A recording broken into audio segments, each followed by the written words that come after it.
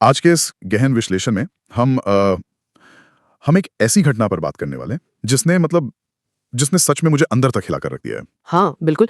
कुछ खबरें होती ही ऐसी हैं जो सीधे दिल पर वार करती हैं। हाँ, और जो लोग हमारे इस विश्लेषण से पहली बार जुड़ रहे हैं, उनके लिए मैं बस इतना कहना चाहूँगा कि आज हमारा उद्देश्य सिर्फ किसी न्यूज़ रिपोर्ट को पढ़ना नहीं है, बल्कि हम उन रिपोर्ट्स और नोट्स के आधार पर उस मानवीय त्रासदी और व्यवस्था की उन खामियों को समझने की कोशिश करेंगे जो अक्सर छिप जाती हैं। सही कहा आपने।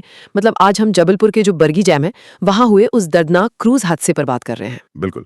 और इसे ऐसे समझना चाहिए जैसे कि कोई बहुत ही शांत सी नदी हो, जहाँ लोग मनोरंजन के लिए जाते हैं, और वो अचानक एक क्रूर राक्षस में बदल जाए। हाँ, वो एक बहुत ही भयानक स्थिति रही होगी। मतलब सोचिए, हम सब ऐसी जगहों पर जाते हैं छुट्टियां मनाने, और वहां से अब तक कुल 9 शव बरामद किए जा चुके हैं। 9 शव। ये सिर्फ एक संख्या नहीं है। जब 9 लोग एक ही जगह, एक ही घटना में अपनी जान गंवाते हैं, तो वो ये दिखाता है कि कैसे एक बिल्कुल सामान्य सा दिन अचानक एक दुस्वप्न बन सकता है।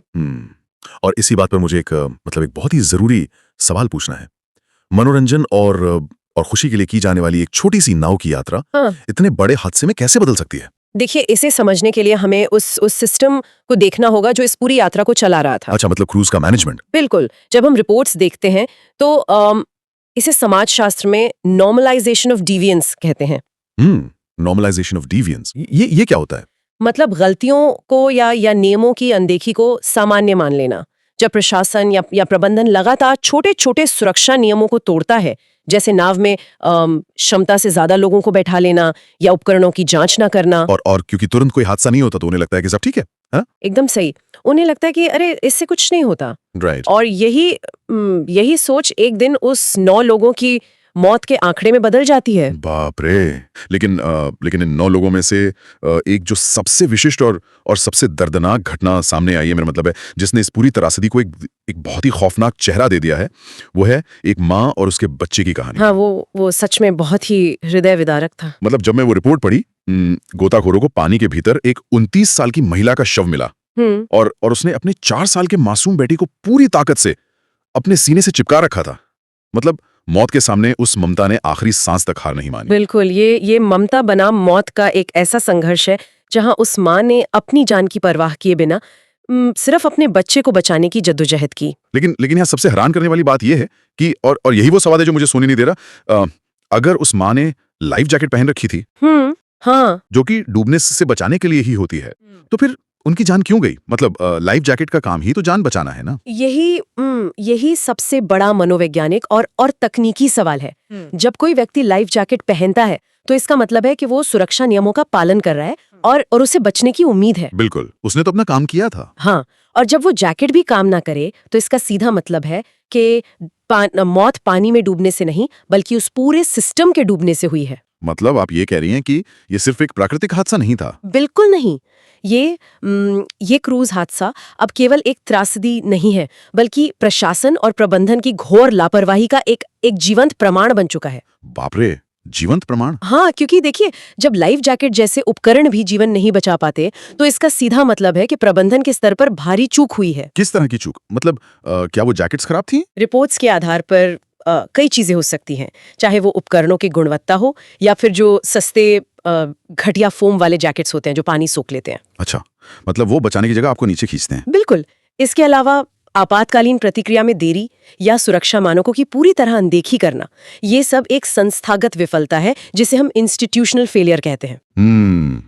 और जब भी सिस्टम इस तरह से फेल होता है तो उसकी सबसे भारी कीमत उन मासूमों को चुकानी पड़ती है जो सिस्टम पे भरोसा करते हैं, है ना? एकदम सही। जैसे वो माँ और उसका 4 साल का बच्चा, उन्होंने तो यही सोचा होगा कि जैकेट पहन ली तो अब हम सुरक्षित हैं। और यही अदृश्य भरोसा है जिसके टूटने की कीमत उन्हें अपनी जान देकर चुकानी पड़ी। इसे तकनीकी भाषा में स्विस चीज मॉडल से समझा जा सकता है। स्विस चीज मॉडल, ये क्या है? कल्पना कीजिए कि स्विस चीज की कई परतें हैं जिनमें छेद होते हैं, है ना? हाँ, वो छेद वाला पनीर, समझ गया। तो हर परत एक सुरक्षा उपाय को दर्शाती है। जैसे एक परत है लाइफ जैकेट, दूसरी परत है बचाव दल, तीसरी परत है क्रूज का रखरखाव। अच्छा, और जो छेद हैं वो उनकी कमजोरियां हैं? बिल्कुल। आमतौर पर अगर एक परत में छेद हो तो दूसरी परत उस खतरे को रोक लेती है। मतलब अगर क्रूज में खराबी आई तो कम से कम लाइफ जैकेट तो बचा लेगी। हाँ, लेकिन इस हादसे में वो सारे छेद एक सीध में आ गए। क्रूज भी खराब, लाइफ जैकेट भी नकली या खराब गुणवत्ता की, और बचाव कार्य में भी देरी। बाप रे, मतलब बचने का कोई रास्ता ही नहीं छोड़ा गया था। जब सारी कमजोरियां एक साथ मिलती हैं तभी इतनी बड़ी त्रासदी होती है। और इस त्रासदी का जो असर था वो सिर्फ पानी के अंदर तक सीमित नहीं था। जब मैंने रिपोर्ट्स में पढ़ा कि घटनास्थल पर मौजूद लोगों की क्या हालत थी तो रोंगटे खड़े हो गए। हाँ, वो दृश्य बहुत ही मार्मिक था। मतलब जब माँ और बच्चे के शव को बाहर निकाला गया उसी अवस्था में एक दूसरे से लिपटे हुए, तो वहां मौजूद नेता और जो आम जनता थी सब फूट फूट कर रोने लगे। बिल्कुल। और ये इस बात पर रोशनी डालता है कि दुख की कोई सीमा या वर्ग नहीं होता। सही बात है। एक माँ और बच्चे के शव को इस तरह से देखना एक ऐसी घटना है जिसने नेताओं और जनता के बीच की हर खाई को मिटा दिया। सब एक समान मानवीय शोक में आ खड़े हुए। इसे मनोविज्ञान में सामूहिक आघात या कलेक्टिव ट्रॉमा कहते हैं। कलेक्टिव ट्रॉमा, अच्छा। हाँ, क्योंकि जब आप अपनी आंखों के सामने ऐसी बेबसी देखते हैं तो आपके सारे सामाजिक आवरण टूट जाते हैं। मुझे तो लगता है कि ये जो सामूहिक रुदन था ये केवल दुख का प्रतीक नहीं था।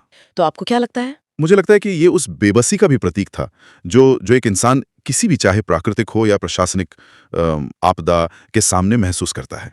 वो आंसू सिर्फ उस परिवार के लिए नहीं थे, बल्कि उस एहसास के लिए भी थे कि कल को ये मेरे साथ भी हो सकता है। हाँ बिल्कुल, क्योंकि हम सब उन्हीं घटिया लाइफ जैकेट्स और लापरवाह सिस्टम के भरोसे जी रहे हैं। और यही बात इस पूरे हादसे को इतना डरावना बनाती है। तो अगर हम आज की इस पूरी चर्चा के मुख्य बिंदुओं को समेटें तो बरगी डैम का ये खौफनाक क्रूज हादसा, वो 29 वर्षीय माँ और उसके 4 साल के बच्चे का मार्मिक दृश्य, और प्रशासन की वो घोर लापरवाही जिसने इतनी जिंदगी